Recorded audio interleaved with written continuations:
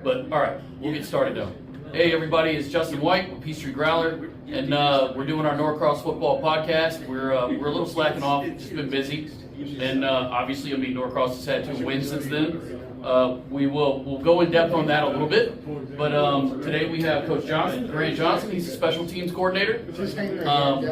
He's a 2018 Norcross grad.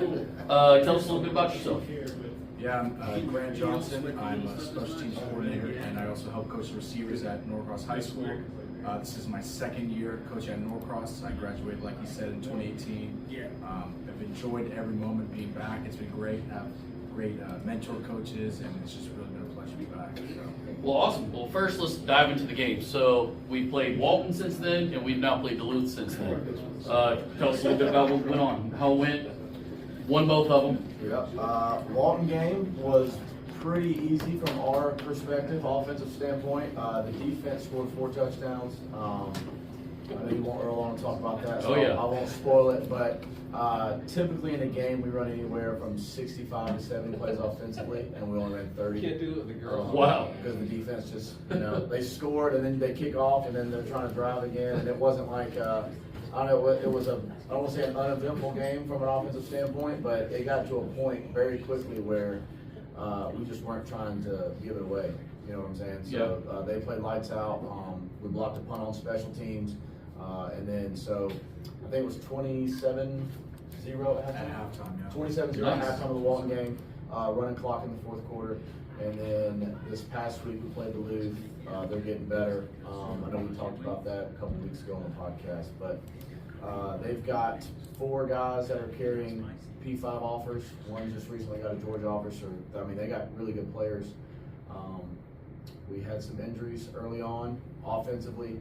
The quarterback got hurt, and then it's kind of made its rounds now.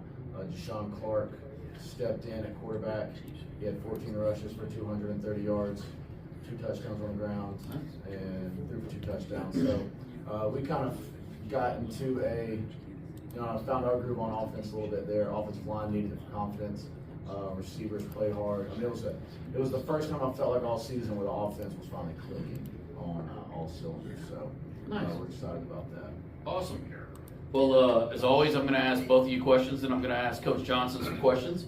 So some thoughts I had over the last couple of weeks is, so even though you're not the head coaches, right? Like, you guys still have to inspire players and motivate players, right? So my question is, how do you do that? How do you do that as an offensive coordinator, and how do you do that as a special teams coordinator?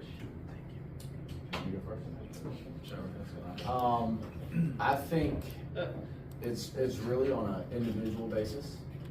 We've got guys that are, respond to like the rah-rah stuff. And then we've got guys that are very quiet. Deshaun Clark's one of those guys you're not going to get a whole lot of emotion or anything out of him. Whereas there's other ones that you can kind of get in their grill a little bit. I think just reiterating the importance of getting better each week. It doesn't really matter about the opponent. It's all about us. Has helped us a lot. And then just kind of realizing that they're high school kids, so that's you got to meet them on their level. So when I played at Dublin, we had Coach David Kelly who went on to Georgia and other schools, right? But I will never forget the year we won state championship. We're in the locker room before the state championship playing Southwood Ed, and all of a sudden they start screaming and going nuts in the locker room, and we're all quiet. And he goes, "You guys know I can bite the head off a snake, and you get hyped. But by the end of the 1st quarter, that emotion is gone. You go do what you need to, expletive do." And that was it. That's all we needed. And so, but we've talked about this a couple times. We're in a different era now. Like, some kids really do need that like high ball game, and they need somebody kind of in their corner hyping them all the whole way. But it does go back to at the end of the day, you know what your job is. You've been doing it a long time. Just go do your job and things work out. So, Coach Johnson. Yeah, I think like what he said, that's huge. Knowing the player, knowing what kind of person it is. But I try and a lot of times use experiences from when I was in high school or when I was playing. So it gives you you can relate to them better. They have a better understanding. It's not like I played a million years ago and they're just like, oh, well, you know, that was back when it was Leather helmets. Yeah, leather helmets. Tennis shoes, You right? didn't know how to throw the ball, right? So I think having good rapport with the kids and being there each and every day, being positive too. I mean, you have so many kids on the team that joke around with each other and they like troll each other and stuff like that. And if that's all you hear, then sometimes you might start to believe it. So just being positive with the kids. I believe in those kids and, you know, trying to instill that in them that even when things get hard, you're capable of, you know, bouncing back and making big things happen. Right on. So, how do you adapt your coaching style to the different styles or different learning styles of kids? Like, because I know I was very visual and sometimes I needed to be moved. Like I needed a coach to go, no, right here. Oh, okay. That made sense to me, not just go and move there, you know? And different kids have different styles. So how do you guys kind of work with that? I think the biggest transition for me in the past 10 years has been like, we get scout reports even when I was in Georgia, they were paper, right? Yeah. Yeah, they did that when you were there, paper? Yeah, so now it's all like, I think they get more out of it when it's digital. Like we have the ability, the capabilities to get it to them on their phones. And I've noticed if we can finish a scouting report on a Sunday and send it out like in a text, like in a PDF where they can go over it, they are sharper on a Monday practice than if we do it with a, you know, with a paper copy. So, I don't know, that's, you just like we just talked about, you gotta meet them where they're at. Yeah. And I think I'll even say, from a quarterback standpoint, our quarterbacks have gotten better since the NCAA game drop. I'm not kidding. Like, me and Dylan were talking about coverages the other day, and I said, you know, it was a little wonky, and he was like, oh, I do this on NCAA all the time. Like, he said that to me, I'm like, boom, all right, we're great, you know? It's crazy. Yeah. I mean, growing up late, you saw the field differently. Yeah. Like being able to play a game and see how the positioning works in different defenses or offenses changes in special teams. I mean, like the whole game, and not, let's be real, the whole game. But it changes your perspective sometimes. Absolutely. Because I'm the same way. My dad used to be like, "You're gonna be a coach," and I got to do that for a couple of years. But all right, so no personal question. Who's your favorite player growing up, Grant? Mine was Peyton Manning. All right. Since day, probably my favorite player ever. He's a stud. Yeah, absolutely. Twoey, you? I mean, it would change. Dion was popular. I love Dion. Locally, Joe Hamilton. Okay. That was Joe Ham. growing up, but he was fantastic. That was like I played quarterback growing up, so I try to model it after him. Right on. All right, so Grant, time to get to you. Some special teams questions. All right, so first, congratulations on 2 punt blocks in 2 straight games. That's pretty awesome. Thank you. Hopefully we go for a third this week. Hell yeah. Heck yeah.